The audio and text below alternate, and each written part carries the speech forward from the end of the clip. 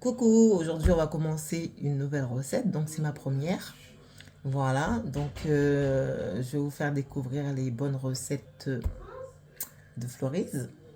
Voilà, avec une quiche poêlée jardinière et au bacon.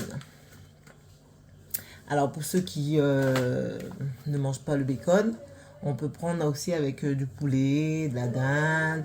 Voilà, moi j'adore le bacon, donc je fais du bacon. On va commencer.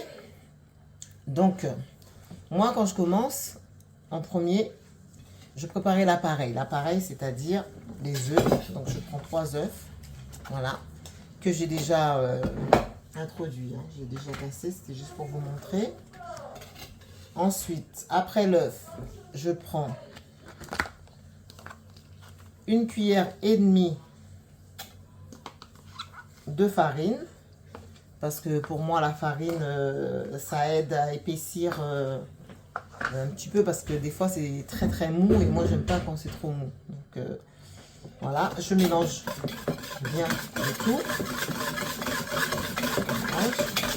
Bien, bien. Voilà. De préférence de la farine fluide. Hein, parce que ça laisse pas de mots. Et voilà, je mélange. Une fois bien mélangé, je vais mettre ma crème fraîche. J'ai pris la crème fraîche épaisse, mais on peut également prendre la crème fraîche légère. Parce que moi, elle est, elle a 30% de matière grasse. Et il y en a qui peuvent prendre avec beaucoup moins de matière grasse. En fait. Donc j'introduis la crème fraîche. Alors, moi, j'ai pris, il y a, je vais vous dire, 20 centilitres. Voilà. 196 grammes. Ça suffira hein, pour... c'est une quiche pour à peu près 6 à 7 personnes. Hein. Donc, c'est suffisant. Ensuite, je mélange le tout. Surtout.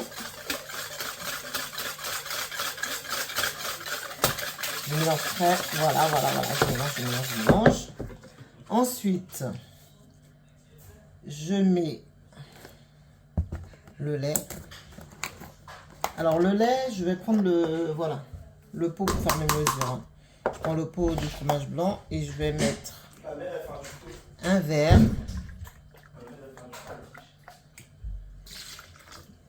Attends, voilà, je mets un verre. Bon, un verre, je pense que ça suffira. Alors, on va dire 20 centilitres bien plein, là, bien plein. Ça fait 25 à peu près centilitres de lait. Ça suffira. Voilà. Je prends aussi des épices que j'ai oublié de mettre sur la table. Alors, on va mettre un petit peu, voilà, tout ce qu'on a comme épices, hein, si on aime bien. Alors, moi, je mets de l'ail, je mets un petit peu tout. Mais en sachant que je mets dedans, mais en sachant que après, avec... mon bacon et mon poêlé là, je vais rajouter encore des épices. Donc en vrai, ça sert à rien d'en mettre juste un petit peu de sel, mais moi j'aime bien voilà, un petit peu de poivre, un petit peu de persil, voilà, un petit peu de, ça c'est les épices, je sais pas, vous connaissez pas trop, je pense que c'est un assaisonnement, voilà. Et celui-là est sans poivre, hein, mais je vais rajouter du poivre comme ça. Mais c'est un assaisonnement qui permet d'assaisonner tout. C'est très très bon. Ça s'achète chez dans les boutiques asiatiques, dans les boutiques indiennes, dans les boutiques antillaises, dans les boutiques africaines. On en trouve partout celui-là, je pense. Bon, je vais mettre, ça donne du goût. Voilà, du poivre. Parce qu'il y en a, justement, cette boîte d'épices. Des fois, ils en vendent avec du poivre déjà. Celui-là, c'est sans poivre.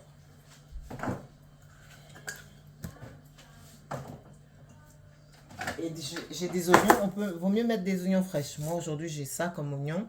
Des oignons, vous voyez, des échalotes sèches. Mais, il y a mon truc qui est tombé. Des échalotes sèches. Je sais pas, le truc est tombé dedans. Et voilà. Donc, je fais attention pour ne pas verser... Voilà, ils sont sèches, en sachant que je vais mettre encore dans l'assaisonnement tout à l'heure.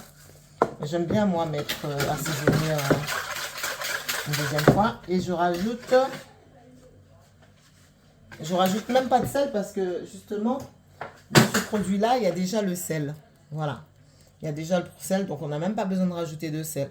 Je pense les mesures, c'est vraiment une demi-petite cuillère, on va dire 2-3 pincées, pas plus. Voilà, une fois que c'est fait, je rajoute un petit peu de gruyère. Voilà.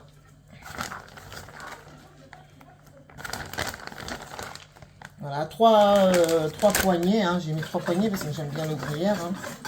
J'ai mis 3 poignées de gruyère. Et cet appareil que j'ai fait, elle est comme ça en fait. Ça donne un liquide, voilà. Je mets de côté.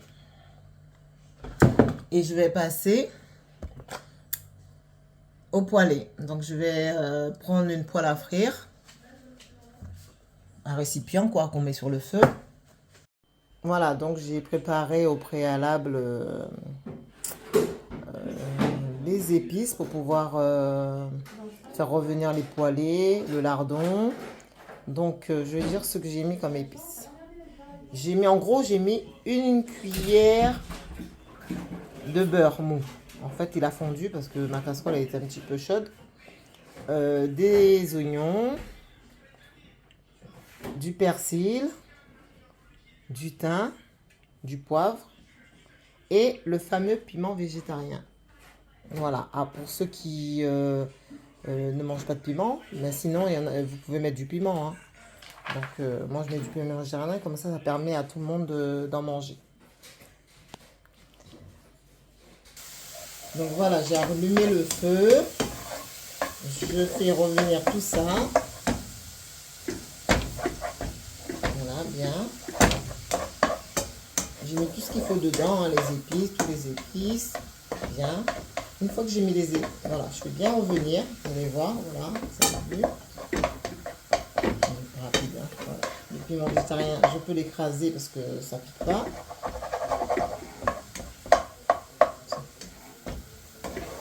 Cette fois, j'ai mis vraiment des oignons frais. J'ai mis du persil frais. Voilà. Donc, je prends le bacon et je verse le bacon. Voilà. Je verse le bacon à l'intérieur. Après, ça dépend de la quantité. Hein. Je pense que je vais verser les deux parce que j'avais deux boîtes. Donc, du coup, je vais verser les 2 boîtes. Parce que mon fils, il est gourmand. Donc, il mange beaucoup.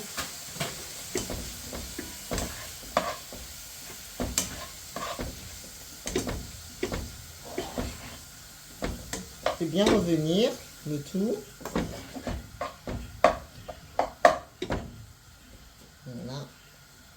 Vraiment 1 minute. Hein. C'est pas 1 minute pour bien donner du goût aux oignons. Voilà, ça donne tout ce qu'il faut. Ensuite, j'ai mon poêlé que j'ai sorti de ma boîte que je vais verser. Voilà, dedans. Et je mélange. Après, moi, j'ai pris la boîte de conserve parce que tu sais, voilà, quand on sort du travail, on n'a pas le temps de... Voilà. Donc c'est plus rapide et c'est très bon. Mais on peut prendre avec voilà, des pommes de terre frais, des carottes, des petits pois. Qu'est-ce qu'il y a encore dedans? Il y a aussi un petit peu d'oignon aussi dans leur poêlée. Et on mélange le tout. On continue à mélanger. On laisse un petit peu mijoter vite fait. Pendant 1 minute aussi, hein, parce que la quiche elle va cuire et elle va cuire les aliments. Donc c'est juste pour avoir du goût. J'ai des petites tomates, je pense que je vais les rajouter. Ça sort de mon jardin. Voilà, ça j'ai fait un potager pendant l'été et ça m'a donné des petites tomates cerises. Donc je vais les mettre aussi, pourquoi pas. Voilà.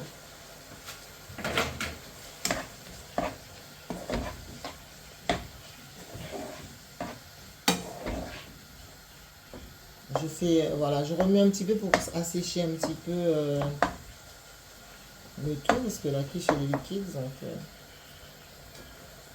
faut que ça soit trop mou. Entre temps, j'ai mis ma pâte brisée dans mon moule. Voilà, c'est une pâte brisée que j'ai achetée, hein. Je ne l'ai pas faite maison, elle a été achetée. Je l'ai bien mis dans le moule, voilà, avec le papier cuisson. J'ai piqué un petit peu avec la fourchette pour que ça aère un petit peu à la cuisson. Et j'attends que les légumes soient prêts pour pouvoir... voilà. Mais en attendant, je peux mettre l'appareil.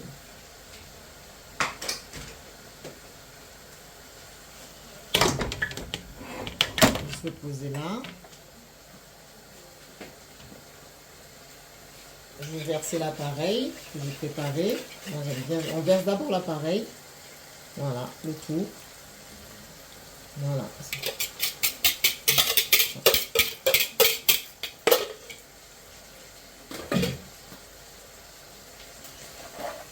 Maintenant c'est bon. Voilà, je vais verser les légumes.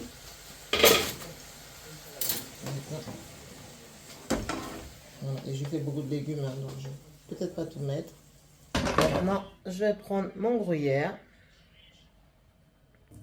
Donc je vais mettre mon gruyère. Entre-temps, vous préchauffez le four à 180. Voilà, donc mon four il est allumé, hein, 180. Et là, je vais mettre le gruyère un petit peu partout.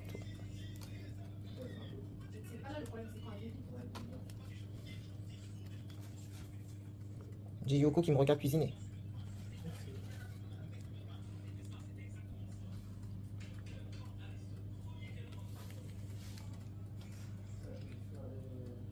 Voilà, j'en mets un petit peu partout.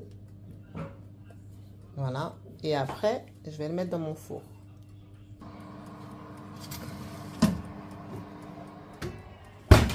Sorti tout chaud du four. Voilà la quiche. Je pense qu'on va se régaler ce soir. Donc avec cette recette, je pense que vous allez vous régaler. Et n'hésitez pas, vous pouvez mettre des commentaires, vous pouvez me donner des conseils. Moi, je peux vous donner des conseils aussi. Peut-être on peut améliorer notre recette. Allez.